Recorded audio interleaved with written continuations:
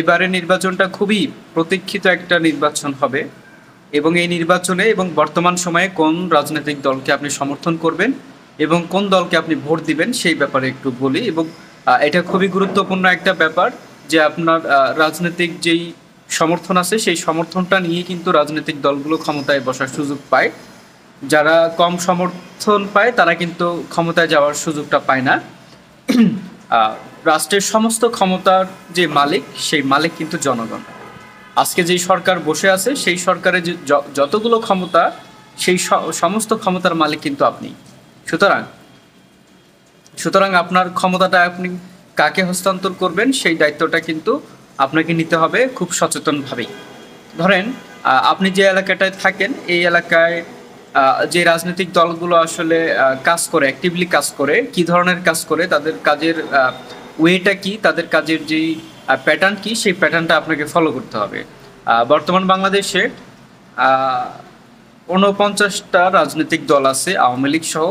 চারটা রাজনৈতিক দল চারটা রাজনৈতিক দলের নিবন্ধন বাতিল করা হয়েছে এবং সর্বশেষ গণসংহতি আন্দোলন জুনায়েদ সাকি যেই দলটা সেটা নিবন্ধন পায়, সেটা সহ ৪৯টা দল আছে আওয়ামী লীগ সহ।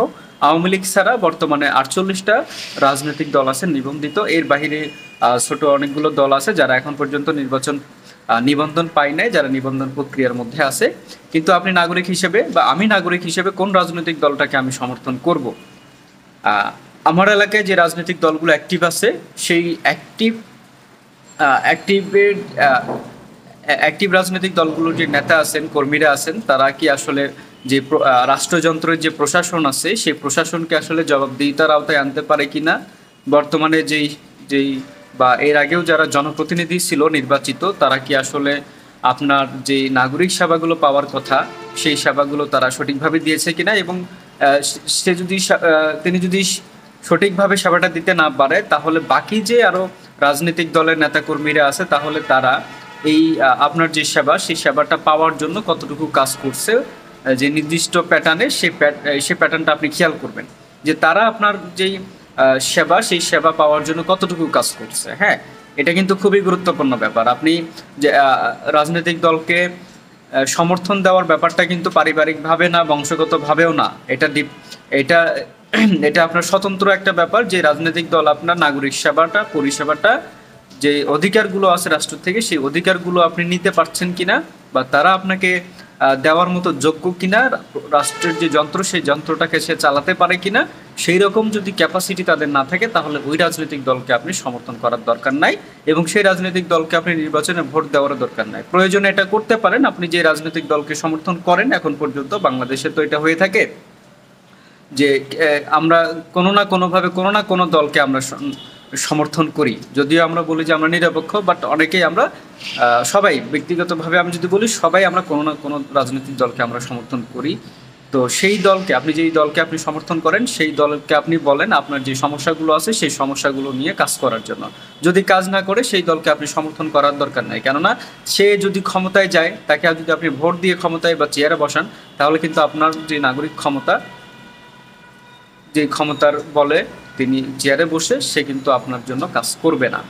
হ্যাঁ, তো সেক্ষেত্রে হচ্ছে যে যেই ব্যক্তি কাজ করে অ্যাক্টিভলি, প্রক্রিয়াগতভাবে, হ্যাঁ, আপনি সেই ব্যক্তিটাকে নেতা হিসেবে মানুন, সেই দলটাকে রাজনৈতিকভাবে আপনি সমর্থন দেন এবং ক্ষমতায় আনার জন্য চেষ্টা করেন। তো আমি মনে হয় আপনাদেরকে বুঝাইতে পারছি।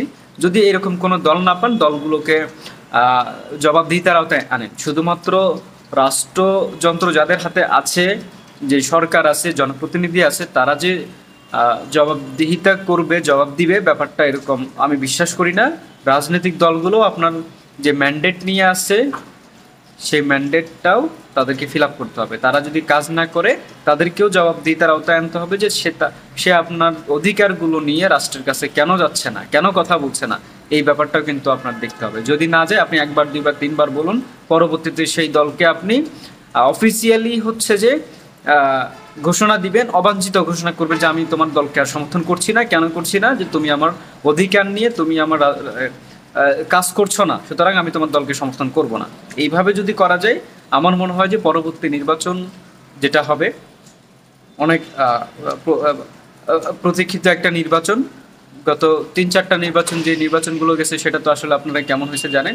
পরবর্তীতে যে নির্বাচনটা হবে, যেই সময়টা আমরা পাচ্ছি, সেই সময়টায় আমরা রাজনৈতিক দলগুলোকে একেবারে কার্যকরভাবে আমরা দেখতে চাই। তারা যাতে নাগরিকদের অধিকার আদায়ের জন্য বা অধিকার পুনঃপ্রতিষ্ঠা করার জন্য, পরিষেবাগুলো সঠিকভাবে দেওয়ার জন্য তারা যাতে অ্যাক্টিভলি কাজ করে, সেই ব্যাপারটা অবশ্যই খেয়াল করতে হবে। তাহলে কিন্তু আপনি কোনোভাবে নাগরিকভাবে ঠকবেন না এবং লুটপাটের যে ব্যাপারগুলো আছে সেই ব্যাপারগুলো ঘটবে না। আপনি যদি জবাবদিহিতা নিশ্চিত করতে পারেন, তাহলে হচ্ছে যে রাজনৈতিক দলকে আপনি ক্ষমতায় নিয়ে আসবেন, সেই